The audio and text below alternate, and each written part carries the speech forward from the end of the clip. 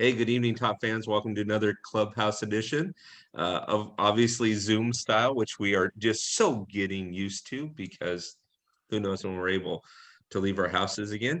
Anyways, lots of good stuff to talk about tonight. We have Ned Westfall on, one of our resident guys and our Braves fan. We got Rob Peterson on, our Cubs fan, and we got Dave Schaefer on, who is our resident White Sox fan. And of course, I'm your resident Dodger fan, if you can't tell by the shirt. We're missing a couple tonight, but hey, they'll be back with us next week. We've got a fun agenda tonight, fun things to talk about. We're going to talk a little bit about spring training, when it may or may not get started, transactions that have happened. I think Jackson called it perfectly last week when he said as soon as George Springer falls, everybody else will fall.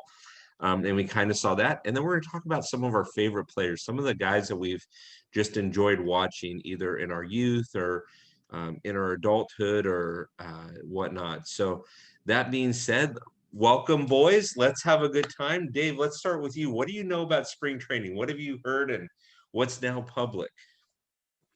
Yeah, so I heard this, a week ago that all of the mayors that host spring training facilities in the Phoenix area wrote a letter to the MLB and asked them to push spring training out at least 2 weeks.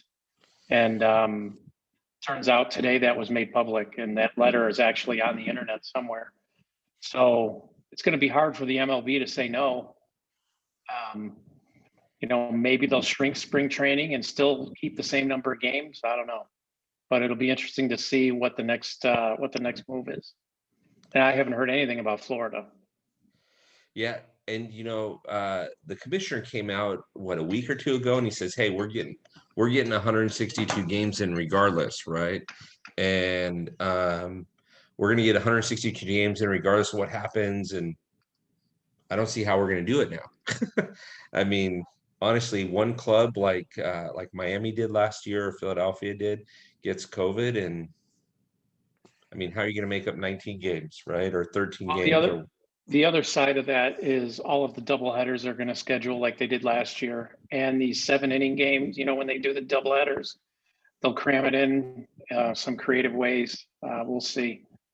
I did see too that it was just on the ticker on ESPN that the MLBPA just rejected the universal DH, and there was something else in there that they rejected that the MLB wanted them to do this season. I was just going to ask that. I wonder how the universal DH is going. This 7-inning thing with the doubleheader though is crazy. I mean, you get a complete game out of a pitcher in 7 innings. I mean, that's what we used to do in high school, right? Yep. I mean, mind you, Rob never got out of an inning in the third, but I mean, the 7-inning games, just happen, right? I'm just teasing you, Pete. Just teasing you. It's gonna be crazy. It's gonna be crazy. So, what are our thoughts about what the season looks like? Do we still think that we're gonna get 162 in? What do you boys think, Ned, Rob? What do you think? That's a good question. So, are they saying that pitchers and catchers that's being moved back 2 weeks? Or are they saying they haven't said anything? They haven't said anything yet. I'm looking online right now on MLB trade rumors, and basically what they're saying is the MLB can't move spring training by itself. They have to have the MLBPA agree. But I also know that there are guys in these facilities training right now, unofficially. So who knows? What my thought is, we crammed 60 games in a 2 month season. And so now we're going to try and cram if there's any type of if we push it back a little bit, even 2 weeks, it throws it off a little bit, unless we do Major League Baseball, unless they shorten the spring training season. It's going to be difficult to get all those games in. Otherwise, we're going to be playing the World Series into November. We'll get a new Mr. November and put Jeter off to the side. Who knows? You mean we'll be watching the Detroit Lions on Thanksgiving in the 7th game of the World Series? Yeah, exactly. That's crazy. Ned, any thoughts? Sorry, I was just reading through the other proposal from the Players Association. The second item was the expanded playoffs, which is interesting. Did they reject it? You know, yeah, which benefited some organizations last year. So, 60 games is not enough. What we saw in 2020. I mean, let's be realistic. You know, as baseball purists as we all are, I think, 60 games doesn't do it justice, right? It was funny today coming home from work. They're talking about Trevor Bauer, and he's seeking more money than Garrett Cole, and for what? He's had one and a half. He's had one and a half good seasons, and he wants more money than Garrett Cole. So, I think maybe push it back a month and let's do 120 starting May the 1st. I think that's doable, right? You throw in a couple double headers in there, but I think 60 is too short because this is a sport that's about longevity. It's about consistency. It's about who's got the best, really got the best organization that can handle the long haul, and it's about the ups and downs. And if you do these shortened seasons, even like an 81 game season, that's still not enough. Let's go back to 1981 with the strike season, right? With the Dodgers and Expos and strike season, and they played in a divisional series, whatever. But I think it still could happen. I mean, looking at the models like with the NBA right now. The NBA has said that, hey, we want to have our season regardless, but, they're running into some troubles with particular organizations. And I think that's really what it comes down to is particular organizations in particular parts of the country, as we've seen through this whole, mess that's going on. So, and ironically enough, Arizona, Phoenix area is a hotbed right now. And so it's kind of ironic that, that these mayors would want to do it, but I understand why, because I think they're all sick of it, right? They all just want to get on with their lives. So, I also read in there that the Cactus League executives don't have the authority to push the Cactus League back or change the dates or anything else. That's up to the MLB. So it'll be interesting to see if that type of pressure actually affects Rob Manfred and his team or not. It'll be interesting to see. Yeah, it definitely will have something to do with it. Of course, you mentioned 60 games, and of course, the right team won the World Series this year, and in 81, the right team won the World Series that year too. So let's not get personal here. I mean, but no, what was I don't like that expanded playoff thing. I got to be honest, boys. I mean, just from a personal perspective, the Dodgers drew the Brewers in a best-of-3 series where pretty much all of the MLB made the playoffs. If the Dodgers had 2 bad games in a row, they're out, right? If, a ground ball gets seeing eyes or something like that in a game, and then the next game they just have an off day, they're out. I don't like the expanded because the teams that make it, so teams like the White Sox that are going to be there for a while, and the Braves and the Dodgers and the Cubs, all of our teams, we don't want to see it. Rob, you don't want to see the Cubs get taken out by the Pirates because there's a best-of-3 thing and the Cubs just have a couple of, a bad day and a half or so. Maybe they won 100 games and, or we played 100 games and they won 75 of them. You don't want to see the Cubs get beat out by the Pirates who got a losing record or whatever. I mean, correct me if I'm wrong, but. Yeah, I mean, I'm kind of mixed in this scenario because I thought it was a lot of fun to see more teams enter into the playoffs. I thought it was fun seeing different teams who haven't been there for a little while, like see them compete. And you're right, anything is possible in a 3-game series. Mm-hmm. When we lost to the Rockies, 2000, was it 18? It was 2018, I think, in the wild card. That hurt. We had a great season, but that still hurt. And it was a 1-game playoff. And that's just kind of the roll of the dice when it comes to where you match up and everything. So that just puts more emphasis on how important it is during the regular season to win that division, right? So I don't know.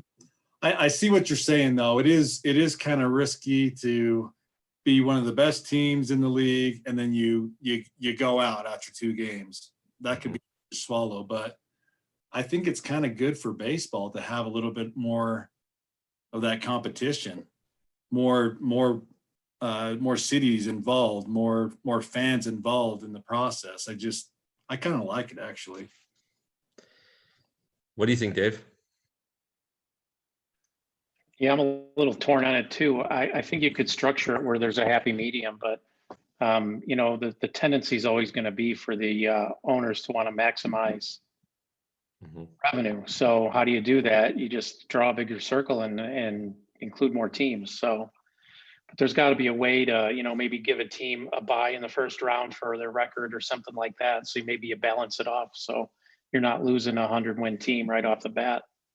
But the more you include, the more it's going to be good for the game, the more it's going to keep fans engaged longer. So I don't have an issue with that. It's got to be a way to get the Angels in the playoffs somehow, right? Well, I think Rob's Cubs are going to have a tough time this season looking at the moves they've made so far. You're on mute, Rob. Yeah, I said that it's going to be an interesting season, that's for sure. But let's revert back to the 80s. Do you remember when there was just a winner from the Western Division and a winner from the Eastern Division, and those guys came together and played a 5-game best of 5 scenario for the championship series to go to the World Series? My 1984 Cubs team, when I was 9 years old, that was difficult to swallow. We take 2 games at home at Wrigley, and then we lose the next 3 in San Diego. I was just thinking of the 84 series. What's that? I was just thinking of the 84 series as soon as you brought that up. I'm like, for a Cubs fan, that's hard to say. Let's look back at the 80s. Like, oh man, the 84. Yeah. Oh, yeah, that was difficult. So when you look at those types of scenarios, it is tough. I think the expansion where you have more rounds obviously makes it better for the game. It draws it out a little bit longer. It involves more teams. I don't know. It'll be interesting, but this is going to be an interesting year for my Cubbies, that's for sure. Yeah. All the Pirates are going to insulate you from the cellar, so you don't have to worry about that. We are family. Yeah. Unbelievable. Speaking of transactions, boys, let's talk a little bit about what's happened this week. A lot of moving parts have happened. For you Angel fans listening to this, and John Hendrickson, who's going to be listening to this, couldn't make it tonight. The Angels actually got a pitcher this week. They got a pitcher. What do you know? But let's talk about transactions. Was anybody surprised to see George Springer go north of the border? No. Really? No, Toronto's kind of an up-and-coming team. It kind of mirrors what the Asterix were like, a few years ago when he was on the Asterix and he was one of the young guys, and now he's the veteran. So, he could do a lot of good things for that team in Toronto. I think he'll be a good leader for that team and really show these young players, what it takes to win, even though it's, a different way to win, but it'll take a way to win but I think it kind of evens out the competitiveness now in the AL East. Now, it's the kind of, we talked about this a couple of weeks ago about teams beating up each other in their own division. And I think that's probably what's going to happen in the AL East now, is that Toronto's going to beat up the Yankees and the Yankees are going to beat up Tampa Bay, and so it's going to be it's a 3-team race in the AL East. Boston tried to go out and get a couple guys, and they took away Kike Hernandez from the Dodgers. That's a good pickup for them. He's a good energy guy, and they also got Garrett Richards. But I don't understand why the Padres wouldn't try to keep him at. He was only at $10 million, so why wouldn't he be a back end rotation guy? Boston must be really desperate to get a guy like that coming off of Tommy John surgery, and really, I don't know. So I didn't really catch any other ones other than Brad Hand going to Washington, which Washington's trying to do all this stuff, but for what? Yeah. You know? Who knows? Yeah, what Washington's going to have a tough time against even the Mets, but against your Braves, they're going to run into some roadblocks. You got a young team, and Toronto. It's funny because Toronto has a lot of the bats and similar. The 91, 92 Toronto Blue Jays that won it all, or 92, 93 Toronto Blue Jays that won it all. They had a lot of bats: Joe Carter, Ricky Henderson, Devon White. The flip side to what they have now is they have a lot of bats, but they're young. When they had Devon White, Joe Carter, Ricky Henderson, all those guys were in their, were past their prime, so to speak. And they had some great years. So it'll be interesting to see what Toronto does. But again, I feel bad for the Orioles. I feel bad for the Blue Jays. If you're not a Red Sox or a Yankee, it's tough in that division because everybody expects one of those two teams to win. I mean, let's be honest. It's good for baseball when you got a Chicago team in there, preferably both of them. You got the Dodgers in, the Braves in, the Yankees are the Mets and Boston, right? Isn't it good for baseball when those big cities are in it? Right. Who's watching a Kansas City versus Colorado World Series outside of Denver and Kansas City, right? It's true. I mean, yeah, it's the only reason that Colorado World Series drew any weight was because it was wasn't against Boston, so Yeah. Boston drew that crowd. So it'll be interesting to see what these transactions are unique this year because I think Dave, you mentioned it last week. These owners don't know, or maybe it was a couple weeks ago. These owners don't know what to do. Right? They may not get fans in the stands for a couple of months. What are you supposed to do? How could you go out and ask if you're Trevor Bauer? How could you go out and ask for 20 million for a season? I think he's going to end up on a short deal, and I don't see how anybody goes 5 years and 40 million on him and makes that commitment right now with all the uncertainty with their revenues. I don't see it, but I do see somebody jumping in if he'll go 1 or 2 years for a big ticket and not have the long term commitment. Somebody will grab him for a year or two. If that works out. The rumors that I've been reading about are Yankees and Dodgers are on the short list for that. And I don't know that I want to pay that kind of money for that guy. I mean, we still have Kershaw. Go ahead. The Yankees are right up against the luxury, and the rumor is that they don't want to exceed that. They want to reset their tax. So I don't see that happening. And they just went out and got Tyon, and I thought they got somebody else. So I think they're probably stacked up. Your Dodgers, he's a SoCal guy. I could see that happening. Yeah, but you got David Price playing this season, right? You got Clayton Kershaw. You still got Walker Buehler. I mean, you've got a good solid nucleus of three right there. You got Dustin May coming up. I mean, we'll take him, but but 40 million. At what price? Even At what? even Yeah, 30 million. You don't pay 40 million for that guy. I mean, if that guy had Mike Trout got that kind of a contract because he was Mike Trout. Trevor Bauer, Ned, you've mentioned this. Trevor Bauer has been good. What, a season and a half, 2 seasons? Yeah. I mean, if he was so great, how come Cleveland doesn't still have him? Yeah, Cleveland can't afford 40 million for their whole team. It's true, but we do know that Trevor can throw a ball from the pitcher's mound over center field fence. Yeah, he's really good at that. Yeah, he's really good. It was a great shot too. Went right over. All right. I wonder about his. I wonder about his. I don't know. I haven't really heard a whole lot about what kind of a clubhouse guy he is. But just those kind of antics on the mound. You could tell that Tito there in Cleveland, he was wearing thin with his patience. Mm-hmm.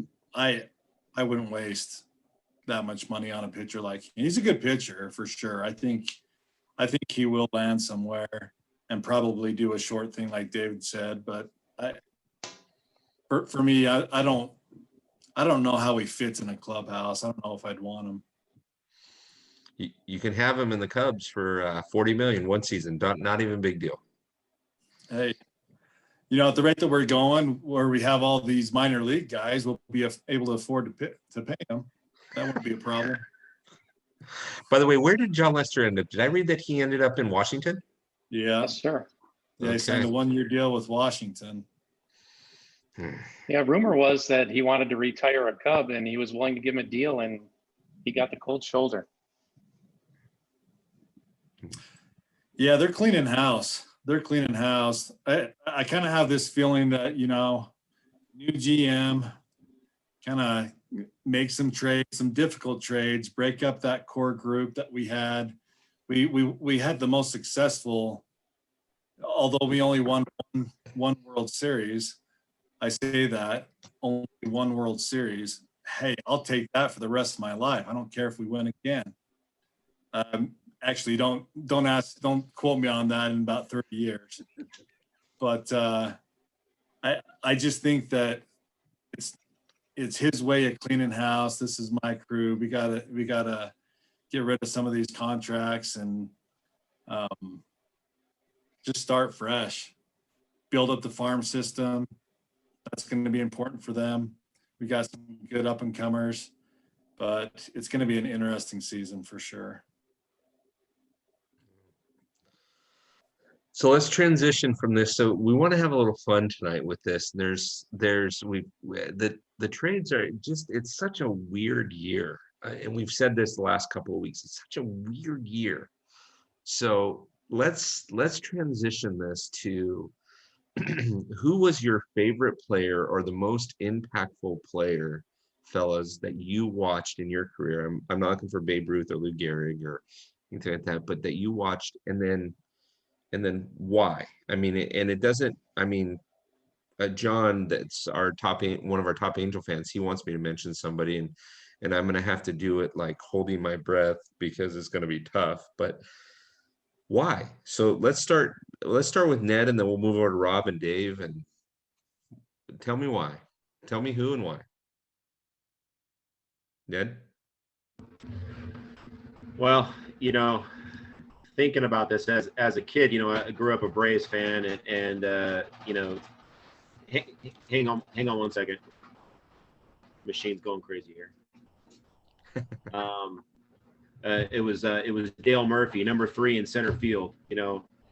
Here's this tall, lanky white guy. He belongs to the, as a kid, I didn't even know what the Mormon faith was. And just this whole stand-up guy. And he's out here, bashing baseballs and driving a 12-passenger van to the stadium where all the other players have sports cars, trying to figure all that out. That's actually a true story. I saw him driving out of the stadium one time like that. It was kind of funny. Anyway, but I think for me as a kid, it was like that. And why? Just because he was just so humble about how he played and just about how he went about his business, and wasn't real flashy, and just went out there and he just played hard, and he also kind of flew under the radar too, because he was a 30-30 guy before that was even really a thing.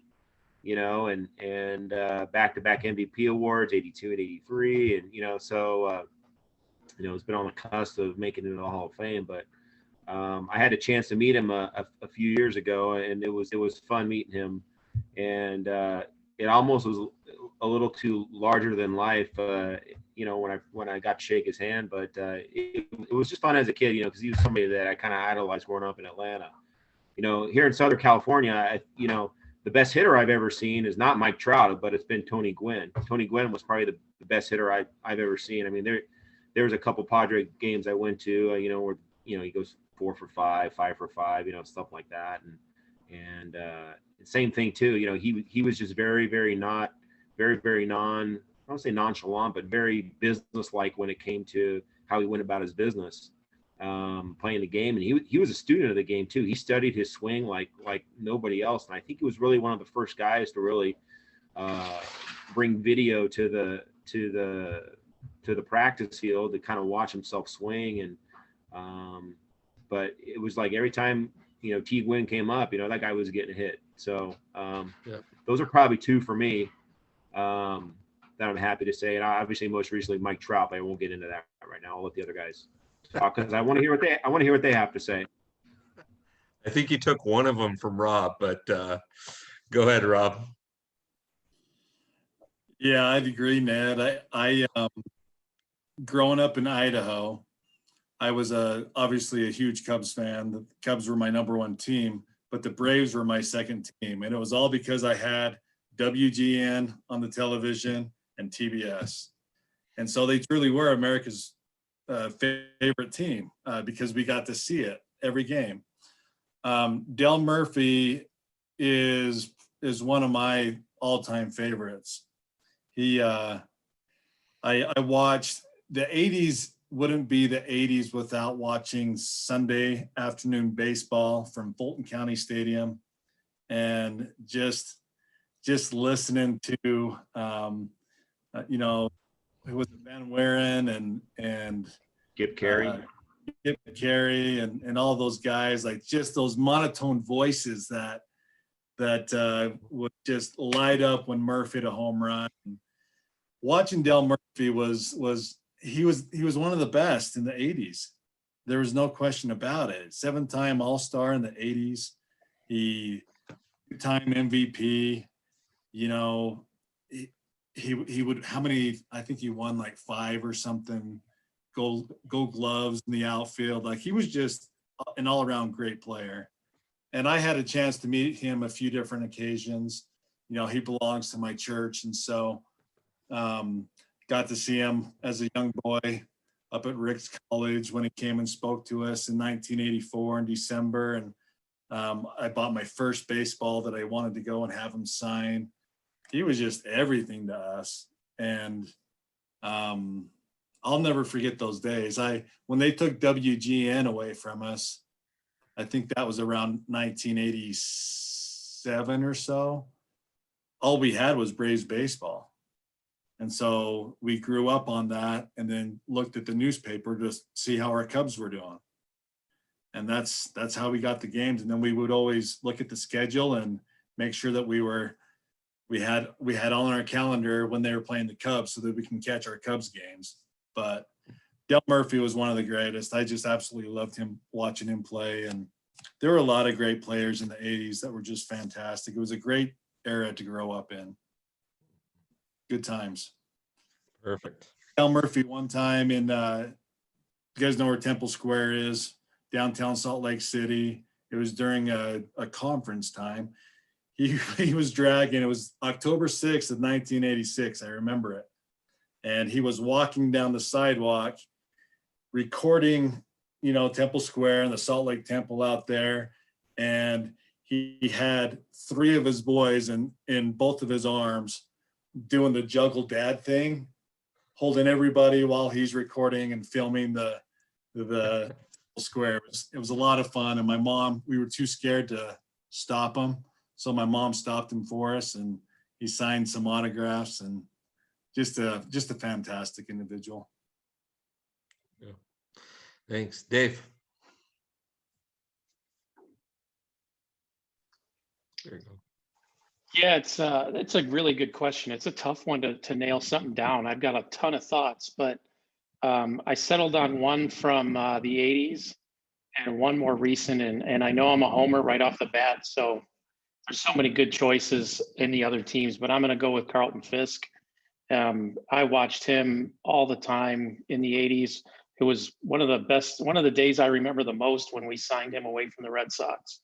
And it was like a big statement that, you know, the White Sox are here and we're here to win. And it was just an awesome feeling then. And then to watch him play and just be the ultimate professional behind the plate, be, you know, the best catcher in the league for how many years. It was just awesome to watch him. I never met the guy.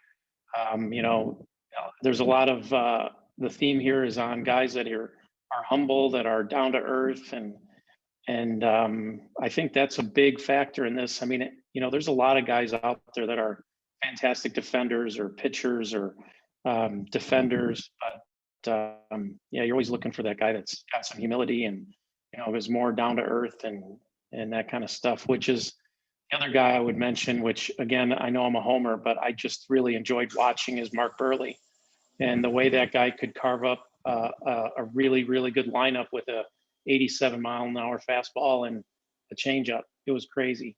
He ends up with, north of 200 wins with JUCO level stuff. It's just fantastic to watch, and to watch him, pitch a complete game in less than 2 hours, go home with the win, and go get lunch. I'm actually surprised, Dave, that you didn't mention Paul Konerko, because I know you. I love Paulie, but I went with the pitcher just because of the impact, and I love watching Burley pitch. He was one guy where, I would mark it on my calendar. Okay, he's pitching Thursday. I need to watch that game. Yeah. And there's so many good ones. I mean, I'm surprised Rob didn't mention Greg Maddux. What a guy to watch on both sides, the Cubs and the Braves. That guy's phenomenal. You got Cal Ripken at shortstop. What a great guy to watch. And let alone the guys we have now. I mean, there's some really good ones. Adrian Beltre was a fun guy to watch. You look at his stats and they're okay. He had a long career, but what a fun guy to watch. He brought personality to the game, and there's such a lack of that so many times. You got to watch there's some videos that you can find out there with Elvis Andrews and Adrian Beltre, and they're hilarious. Yep. I mean, there's one where Adrian Beltre slides into second and the guy puts his glove on his hand. Yeah. Adrian puts his other hand down, moves his other hand, does like this. Yeah. For some of the rundowns. Yeah. Runs up the line. Yeah. But those are the guys you remember. The guys that are humble, that are, unassuming, and the guys that just leave it on the field as far as just enjoying the game and being little kids on the field.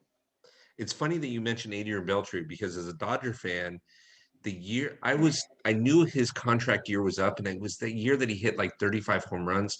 And I really wanted him to be terrible that year because I didn't want to lose him. And I knew that if he played well, we'd lose him. And we did. We lost him to the Red Sox, and he didn't make it there for very long. And then he went over to Texas. And when he goes into the Hall, when he goes into the Hall, he'll go in as a Ranger. And, think of a guy like Kirby Puckett. I mean, in the AL Central, we saw him all the time, and you have to tip your cap. That guy was just a fun baseball player to watch. And Sweet talk about Lou Whitaker, somebody, Alan Trammell. Well, you knew those guys were having fun just by watching them. They're playing a kid's game. Yeah, agreed. Well, it's funny. So John Hendrickson told me that he wanted me to mention the guy that he felt was the most dominant that he's ever watched. And being an Angel fan, I was surprised he said this, but this is going to be very hard for me to say. But Barry, I did not take steroids. Bonds was his favorite player, to like the most impactful. And he reminded me of when Barry hit that home run in 2002, and Tim Salmon says that's the farthest ball I've ever seen hit. And for Tim Salmon was a great guy to watch, but man, when he said that's the farthest ball I've ever seen hit, when he hit in the tunnel. And I don't know, Rob, have you ever been to Anaheim Stadium?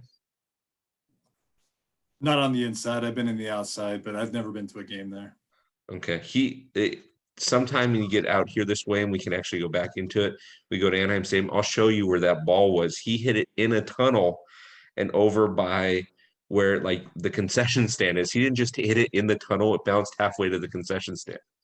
He crushed this ball. Dave, you've been to Anaheim Stadium before. Yeah.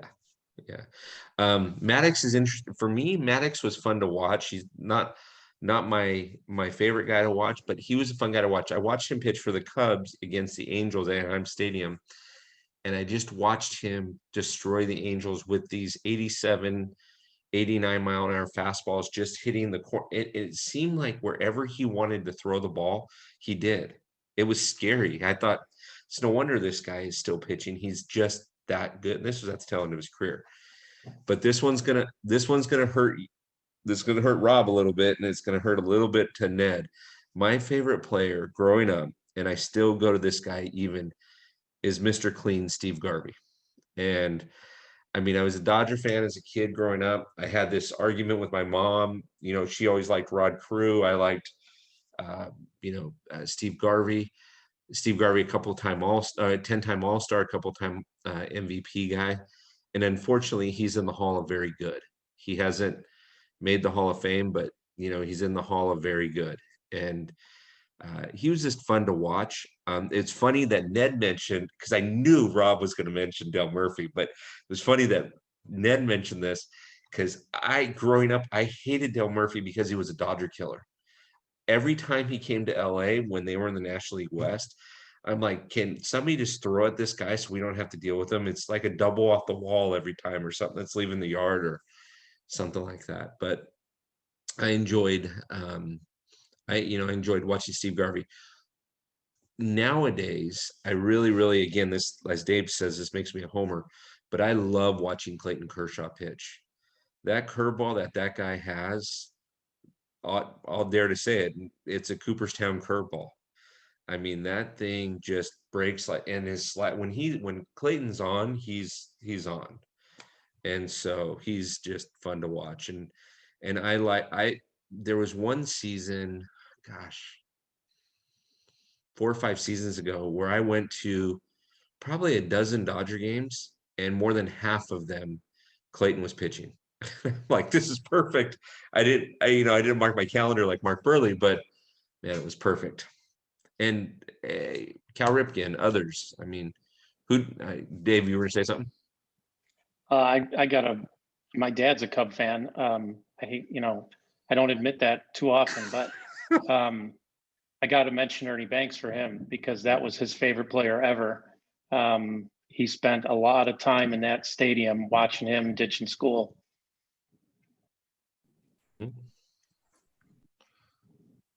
That's play too. Yeah. I mean, there's a lot of fun guys out there. We could spend all night doing this, but there were guys like Ricky Henderson that had a little bit of that flair and that, tug of the jersey. And if, he was on your team, you liked him. If, he wasn't, you didn't. But he was fun to watch. Wasn't that everybody? Wasn't he on every team? Yeah, Pretty that's much. true. That's true. I mean, Mike Piazza, that home run that he hit in 2001, right after baseball came back after 9/11. Yeah, that was fun. Yeah. Please don't remind me, please. All right. Oh, that's against the Braves. Sorry about that. That was against the Braves, but there's been a lot of fun guys to watch. Even Mark Teixeira as a Yankee and as a Ranger, he was a lot of fun to watch. Switch hitting first baseman that just showed up. Jeter just showed up to play the game. That nucleus with the Yankees: Jeter, Posada, even Bernie, and Paul O'Neill. Right? I mean, those guys just showed up to play the game. And if you're a Reds fan, Paul O'Neill kicking the ball into second base was awesome. Oh man. Well, boys, this has been fun. We'll go around the horn like we normally do. We'll start with Ned. Any 30-second closure that you want to have, Ned, and we'll go to Rob and let Dave go from there. Well, I'd be remiss without saying that we lost the legend in Henry Aaron this past week. And I also forgot to mention that all three of my boys are with the lovely support of my wife are named after baseball legends. So, and Henry is actually named after Hammer and Hank. So, talk about a guy that was so unassuming and had to put up with so much stuff. He definitely was a great inspiration. Even to this day, you have guys talking, cross generations for 3 generations that still talk about Hank Aaron, but sorry to see him go. And they always say heroes get remembered, but legends never die, and that's exactly what this is. You take that line from The Sandlot, but it's true. Yeah, it's so true. And what I didn't know about Hank, and I was going to mention him at the end, and I will. I didn't know he was 86. For some reason, I thought he was in his mid-70s. Anybody else think he was like in his mid-70s? I didn't realize he was 86 years old. Time goes by. A few times you see him, he looks fantastic. But Yeah. I mean, we were watching him breaking records in the early to mid 70s. That's a little while ago. Yes, it is. Yes, it is. Rob. Yeah, I was just gonna say, give a little shout out to Hammer and Hank. What an ambassador to the game. this is and think about I've been thinking about this since passing because it's just last week we lost Don Sutton, and then a couple of weeks ago good old Tommy, and then last year we had I think 6 or so Hall of Famers that passed away last year. And so I can't help but think that when it's my turn to go, I'm going to get front row tickets, Heaven Baseball, because it's going to be a great game up there. And I'm not looking forward to it actually, but when that time does come, I am looking forward to it. Let's give you another 40 or 50 years here. Okay, Pete, let's not rush Yes. things. I agree. So, Dave. Yeah, I'll echo that on Hank Aaron. I actually saw him play one time in Busch Stadium when I was 9 or 10 years old, and it was right before he was going to break the record, and it was a highlight I still remember to this day. On the free agent side, I think there's a lot more players out there that need to sign, some pretty big names still. So things ought to be pretty active here for the next month or two. A lot of good ones out there still. So hoping the White Sox jump in and spend a couple more bucks and maybe bring in another pitcher, maybe a bat. We'll see. 40 million, you could have Trevor Bauer. Pass. Rob doesn't want him over in the Cubs land, so 40 million you could have him. Fellas, every Monday I look forward to this every Monday night. It doesn't matter what I'm doing during Monday. I look forward to spending time with you guys and just talking baseball. It has been the highlight of my Mondays for a long time. I agree with all three of you. It was tough to watch Tommy a couple of weeks ago. It was tough to watch Don Sutton. It's tough to watch Hank Aaron. I'm hoping that we're done with giving up Dodgers for a while. I'm hoping that we don't hear about Vince Scully anytime soon.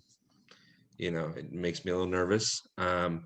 But Hank Aaron, I never got a chance to see him play, which, that's just a timing issue. But he was fantastic. He was a fantastic ambassador. And some of the things that I've read about what he had to endure, just breaking that record, because Babe Ruth was so popular in the game and there was so much racial tension with everything. And so when Al Downing served up that home run and Vince Scully called it, against the Dodgers to get number 715, and we see that clip of him rounding second and those two guys jumping on the field. And I think what an amazing accomplishment. So he'll be missed, obviously. Don Sutton he just kind of went about his business. He was a kind of a quiet kind of guy. You didn't mess with him in the batter's box, but I mean, he was just kind of I didn't realize that he was the most winning Dodger pitcher. I for some reason I thought either Drysdale or Koufax had that honor, but it was Don Sutton. And so and Clayton Kershaw's not too far behind him. Clayton Kershaw will pass him here pretty quick. But in memoriam of these incredible guys, I appreciate it. And for all of you top fans out there, if you want to join us, this is so much fun. Dave, Rob, Ned, these guys all know so much more about baseball than I ever do. But boy, these guys are awesome. We had a great time talking about these people. Feel free to like the video on YouTube down below. Feel free to go to the articles. There's a couple more articles. I did hear from you. Yes. There were some teams that were missed on that top 9 best seasons. Don't worry, that was intentional. I will go back and hit every single team with their best year. And then we're going to start between myself and Jackson. We're going to be co-writing a couple of articles based on decades and best players of decades starting in the 1920s. So look for those, top fans. It'll be a great night and a great time. So feel free to like us and follow us on social media. Have a good night now.